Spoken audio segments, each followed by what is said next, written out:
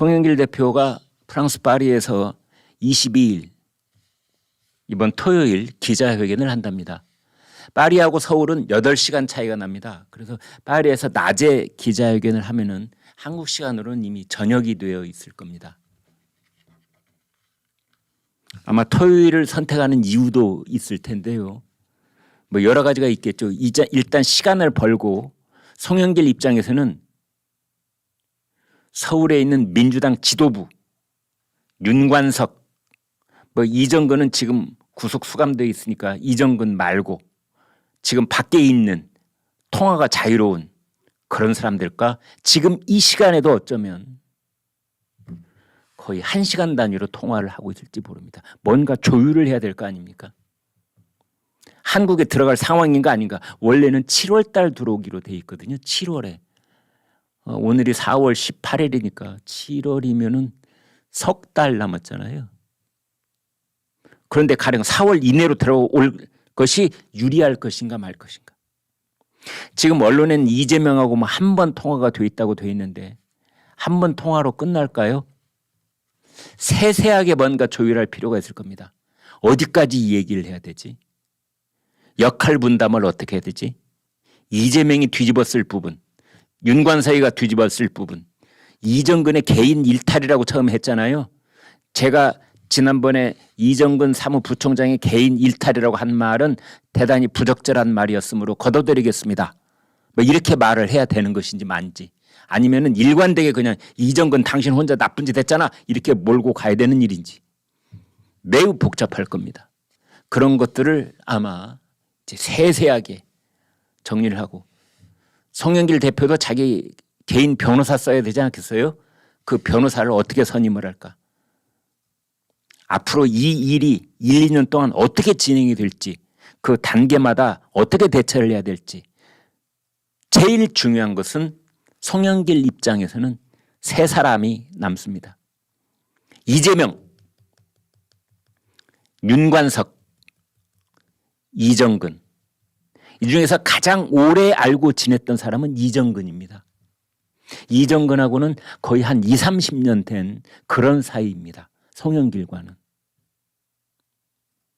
이정근이 그 전북 군산 출신이고 원광대학교를 졸업한 걸로 되어 있는데 그 뒤에 MBC에서 그 MBC PD 수첩 있잖아요. 거기에 아마 그 꼬마 작가로 일을 했던 것 같아요. 대개 방송사의 어떤 특정 프로그램에 그 말단 작가들은 비정규로 일을 할 경우가 많습니다. 계약직으로. 이제 그런데 그 당시에 작가들도 여러 가지 역할이 있습니다. PD 수첩 같은 경우에는 아마 모르긴 몰라도 작가가 1, 20명 됐을 가능성이 있는데요. 이제 그때 거기에 이정근이 일을 했다는 거죠.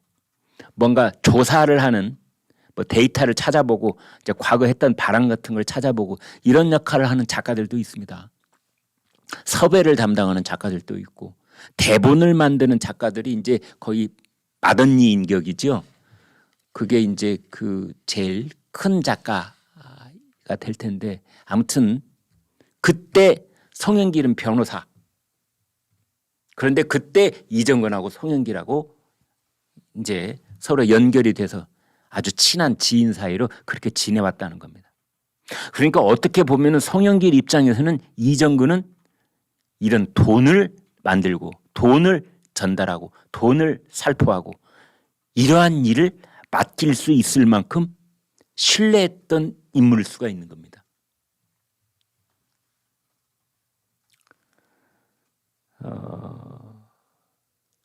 배반을 때릴 때 신뢰했던 만큼 배신감은 커지는 겁니다. 남녀 사이의 애정 문제도 그렇잖아요.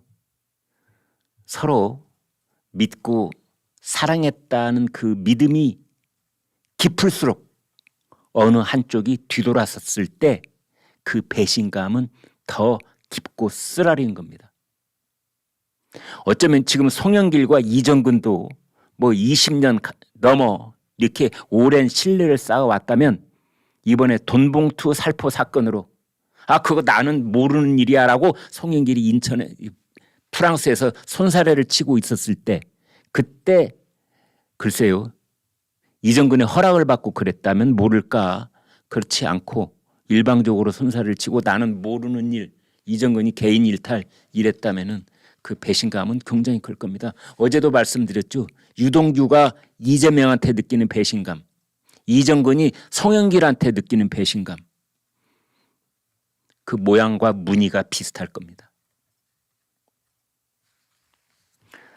그래서 송영길 입장에서는 이제 이정근 매우 중요하고, 그 다음에 이재명과는 여러분 매우 수상한 거래가 있다고 저는 생각을 합니다.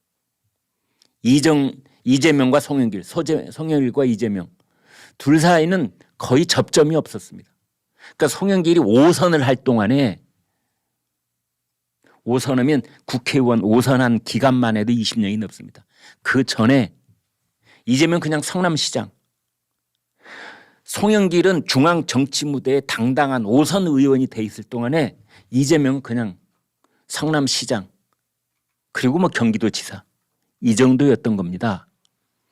그런데 그 두 사람이 이제 아주 지금 그 묘한 단계에서 매우 끈끈한 그런 정치적 동지적 관계의 모습으로 지금 전면에 올라서고 있는데요. 지난 몇 년 사이에 말이죠. 송심이심이라는 말을 썼다는 거 아닙니까? 송심이심. 송영길의 마음은 송심, 이심, 이재명의 마음이다. 이심, 송심, 이재명의 마음은 송영길의 마음이다. 그래서 송영길이 당 대표를 하고 싶어 했던 2021년, 그때 이재명이 적극 후원을 했다. 물론 이재명은 당내의 어떤 영향력이 그렇게 크지는 않았던 인물입니다. 중앙당의 정치 경험이 1도 없었던 그런 상황이었지만, 단 하나, 이재명은 2016년에 대통령 경선을 치러낸 그런 경험이 있었던 거죠. 그래서 이제 이재명은 송영길을, 그때 송영길이 당대표가 될 때 이재명이 글쎄요, 굉장히 지원을 했다고 하는데 그 지원의 규모가 뭘까요? 경기도지사가 당대표에 출마한 5선 중진 의원을 지원을 한다? 어떻게 지원을 하는 거지? 조직을 지원하나? 사람을 지원하나? 혹시 돈을 지원할까? 셋 중에 하나겠죠. 지원한다면. 전화 걸어서 제 마음은 우리 송 후보님한테 있습니다. 이렇게 하는 게 지원은 아니겠지요. 실질적으로 뭐가 가야 지원이겠지요. 그리고 이번에는 송에게서 이재명에게 간 것들, 큰 것들이 갔지요. 개양을 자기 지역구 물려줬지 않습니까? 정치인들한테요, 지역구를 물려준다는 것은 부자지간에 유산 상속하는 것보다 더 엄청난 일입니다. 100억을 가지고 있는 자산가인 아버지, 1000억을 가지고 있는 자산가 아버지가 자기 아들한테 자기 전 재산 물려주는 것보다 훨씬 더 큰 의미가 있는 것이 정치인이 지역구를 누구한테 물려주는 겁니다.